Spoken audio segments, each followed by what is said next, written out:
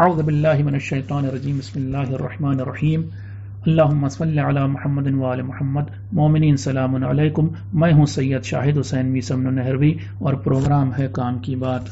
آج ہم قرآن مجید کا 14واں پارہ یعنی 14th پارٹ ڈسکس کرنے جا رہے ہیں، اور یہ پارہ شروع ہوتا ہے ایک نئے سورے سے جسے سورہ ہجر کہتے ہیں۔ اس سورے کی آیت نمبر 2 میں ارشاد ہو رہا ہے، جلد ہی وہ وقت آنے والا ہے جب کافر لوگ آرزو کریں گے کہ اے کاش ہم بھی مسلمان ہوتے۔ غالباً وہ دن قیامت کا دن ہوگا۔ ہجر آیت نمبر 4 سے 5۔ اللہ نے کبھی کوئی بستی تباہ نہیں کی مگر یہ کہ اس کی تباہی کے لیے پہلے سے ہی ایک خاص وقت طے کر رکھا تھا، اور یاد رکھو کہ کوئی قوم نہ تو اپنے وقت سے آگے بڑھتی ہے اور نہ ہی پیچھے ہٹتی ہے۔ ہو سکتا ہے اس آیت کو سن کر یا پڑھ کر آپ کے ذہن میں یہ خیال آئے کہ اللہ نے تو گویا پھر ہر بستی کو، ہر قوم کو مجبور کر رکھا تھا کہ وہ اچھائی کی طرف جائے گی یا برائی کی طرف، کیونکہ اس کے اوپر عذاب آنا طے تھا مثلا۔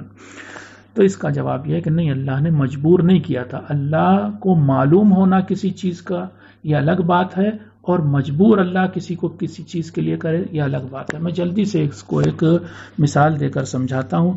آپ اپنے کسی بچے کو 10-20 روپے کچھ دیجئے اور اس سے کہیے کہ اس چیز سے، اس پیسے سے جا کر جو چیز چاہے خرید لو اپنے لیے۔ اب وہ جو آپ نے اختیار دے دیا، اسے مجبور تو نہیں کیا، لیکن آپ کو پہلے سے پتا ہے کہ بچہ جو ہے اسے چاکلیٹ پسند ہے، وہ جا کر کے چاکلیٹ ہی خریدے گا۔ تو آپ نے مجبور تو نہیں کیا مگر معلوم تھا آپ کو کہ وہ چاکلیٹ خریدے گا۔ اسی طرح سے اللہ کو معلوم ہے کہ کس قوم کا کیا انجام ہونے والا ہے، لیکن معلوم ہونا الگ چیز ہے اور مجبور کرنا الگ چیز ہے۔ ہجر آیت نمبر 6 سے 7۔ مکہ کے بت پرست حضرت محمد صلی اللہ علیہ وآلہ وسلم سے کہتے تھے کہ ہمیں تو آپ بالکل دیوانے دکھائی دیتے ہیں، اگر آپ اپنے دعوے میں سچے ہیں تو فرشتوں کو ہمارے سامنے لا کر دکھائیے۔ عجیب عجیب فرمائشیں کرتے تھے مکے کے بت پرست یا گزرے زمانے کے لوگ۔ کبھی کہتے تھے قیامت لا کے دکھائیے، کبھی کہتے تھے عذاب لا کے دکھائیے، کبھی کہتے تھے اس قرآن کو بدل کے دکھائیے، کبھی کہتے تھے آسمان کا ایک ٹکڑا کاٹ کے لا کے دکھائیے۔ تو عجیب عجیب فرمائشیں ہوتی تھی۔ ظاہر سی بات ہے ان فرمائشوں کو پورا نہیں کیا جا سکتا تھا۔ ہجر آیت نمبر 9۔ اللہ نے قرآن میں صاف صاف کہا ہے کہ ہم نے ہی اس قرآن کو نازل کیا ہے اور ہم ہی اس کی حفاظت کریں گے۔ اس آیت کو میں اس وقت یوز کرتا ہوں کہ جب کوئی اہل سنت بھائی ہم پر یہ اعتراض کرتا ہے یا ہم پر اعتراض کرتے ہیں کہ آپ شیعوں کا قرآن تو 40 پارے کا ہے، تو ہم ان سے جواب میں کہتے ہیں کہ بھائی یہ جو قرآن موجود ہے جو آپ کے ہاتھ میں بھی ہے، اس میں سورہ ہجر کی آیت نمبر 9 میں لکھا ہے کہ اللہ تعالیٰ کہہ رہا ہے کہ ہم نے ہی اس قرآن کو نازل کیا ہے اور ہم ہی اس کی حفاظت کریں گے۔ تو جس قرآن کی حفاظت قادر مطلق، آل پاورفل خدا کر رہا ہو، کیا مجال ہے کہ اس قرآن میں کوئی شیعہ 10 پارے لا کے ڈال دے؟ اور اگر توبہ توبہ ایسا ہو سکتا ہے تو اس کا مطلب تو اللہ پھر آل پاورفل نہیں ہے، قادر مطلق نہیں، وہ تو ہم ہی سے ہار گیا، ہم شیعوں سے ہار گیا۔ تو توبہ توبہ، یہ قرآن کا دعویٰ کہ ان اللہ علی کل شیء قدیر، یہ جھوٹا ثابت ہو جائے گا۔ پھر اس طرح سے تو توبہ توبہ قرآن جھوٹا ثابت ہو جائے گا۔ تو پھر تو آپ ہم کو نہیں کہہ رہے ہیں، ہم شیعوں کو نہیں کہہ رہے ہیں، دراصل اللہ تعالیٰ اور قرآن کو برا کہہ رہے ہیں۔ اس لیے آئندہ آپ یہ بات نہ کہیے گا کہ قرآن میں تحریف ہوئی ہے یا 40 پارے یا کوئی کمی یا کوئی زیادتی ہوئی ہے۔ ہجر آیت نمبر 11۔ دنیا والوں نے اللہ کے ہر پیغام کا مذاق اڑایا۔ ہجر 16 سے 17۔ اللہ نے آسمان میں برج یعنی سورج، چاند اور ستاروں کی منزلیں طے کر دی ہیں۔ اس نے آسمان کو دیکھنے والوں کے لیے سجا بھی دیا ہے۔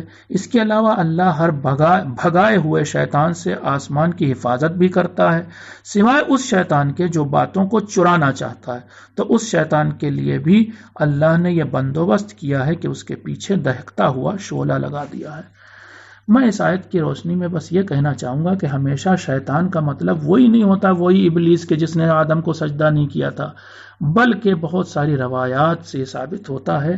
جیسے مثلا کہا گیا ناخنوں کو کاٹو کیونکہ ناخنوں کے نیچے شیطان بیٹھتا ہے۔ اب اس دور میں اگر پیغمبر یہ کہتے کہ بیکٹیریا ہے تو شاید لوگ نہ سمجھ پاتے، تو وہ شیطان کہہ کر کے، تو جہاں جہاں یہ شیطان لفظ کہا گیا ہمیشہ اس کو ویسا ہی لٹرل میننگ میں یعنی ابلیس نہ سمجھیں۔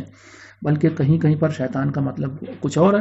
بہرحال یہ جو آیت میں نے پڑھی اس میں سائنس والوں کو تحقیق کرنے کی ضرورت ہے کہ وہ کون سی منزلیں ہیں، کس طرح سے اللہ نے آسمان سے شیطان کو بھگایا ہے اور کس طرح کوئی شیطان آواز چرانے کی کوشش کرتا وغیرہ وغیرہ۔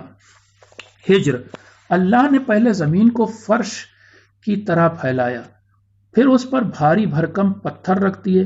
اس نے زمین پر ہر چیز کو بہت نپا تلا اگایا، اور نہ صرف اتنا بلکہ اللہ نے زمین پر انسانوں کے لیے زندگی کا سارا ساز و سامان بھی فراہم کیا۔ یہ بات ہجر 19 اور 20 میں کہی گئی ہے۔ ہجر آیت نمبر 21، کوئی ایسی چیز نہیں جس کا اتھاہ خزانہ، لامحدود خزانہ اللہ کے پاس نہ ہو۔ یہ الگ بات ہے کہ اللہ اس میں سے صرف ایک نپی تلی مقدار میں چیزوں کو زمین پر اتارتا ہے۔ تو یعنی اصل انبار یا اصل گوڈاؤن تو اللہ کے پاس ہے۔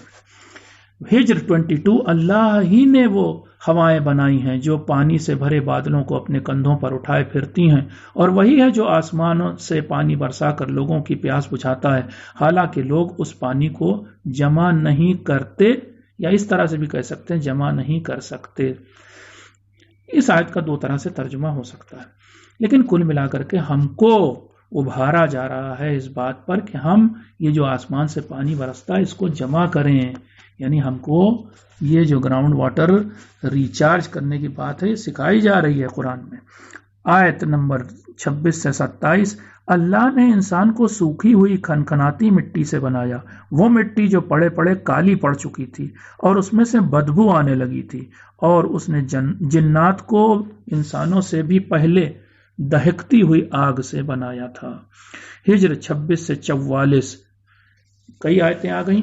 اے محمد صلی اللہ علیہ وآلہ وسلم، یاد کیجئے اس وقت کو جب اللہ نے قرآن فرشتوں سے کہا تھا کہ میں سوکھی ہوئی کھنکھناتی مٹی سے ایک بشر یعنی انسان بنانے والا ہوں، تو جب میں اسے پوری طرح سے بنا لوں اور اس میں اپنی روح پھونکوں تو تم لوگ فوراً سجدے میں گر پڑنا۔ پھر تمام فرشتوں نے تو سجدہ کیا مگر ابلیس یعنی شیطان نے سجدہ کرنے سے انکار کر دیا۔ اللہ نے اس سے پوچھا، تو نے سجدہ کیوں نہیں کیا؟ تجھے کیا ہو گیا ہے؟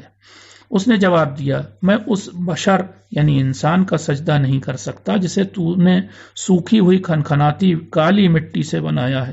یہ سن کر اللہ نے اس سے کہا، پھر تو نکل جا، تو بے شک بھگایا ہوا رہے گا اور تجھ پر قیامت تک پھٹکار یعنی لعنت برسے گی۔ اس پر ابلیس نے کہا، پھر تو مجھے اس دن تک مہلت دے دے جس دن انسانوں کو دوبارہ زندہ کیا جائے گا۔ اللہ نے جواب دیا، جا، تجھے ایک طے شدہ دن تک مہلت دی گئی۔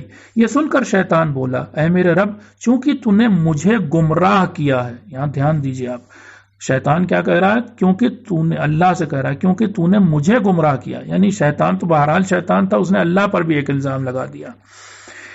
چونکہ تو نے مجھے گمراہ کیا ہے، اس لیے اب میں بھی دنیا میں انسانوں کے سامنے ہر برائی کو سجا سنوار کر پیش کروں گا اور ان سب کو بہکا کر رہوں گا، ہاں سوائے تیرے ان خاص بندوں کے جو کھرے اور خالص ہوں گے۔ اللہ نے کہا، اگر ایسا ہے تو سن کہ مجھ تک پہنچنے کا راستہ سیدھا ہے، اور جان لے کہ تو میرے بندوں پر کبھی حاوی نہ ہو سکے گا سوائے ان بندوں کے جو گمراہ ہو کر تیرے پیچھے چل پڑیں گے، مگر یہ بھی جان لے کہ پھر ان تمام گمراہ لوگوں کا ٹھکانہ جہنم ہوگا، وہی جہنم جس کے 7 دروازے ہوں گے اور ہر دروازے کا حصہ طے ہوگا، یعنی یہ طے ہوگا کہ اس سے کتنے لوگ جہنم میں جائیں گے، اور میرا لحاظ رکھتے ہوئے گناہوں سے بچنے والے لوگ جنت میں جائیں گے۔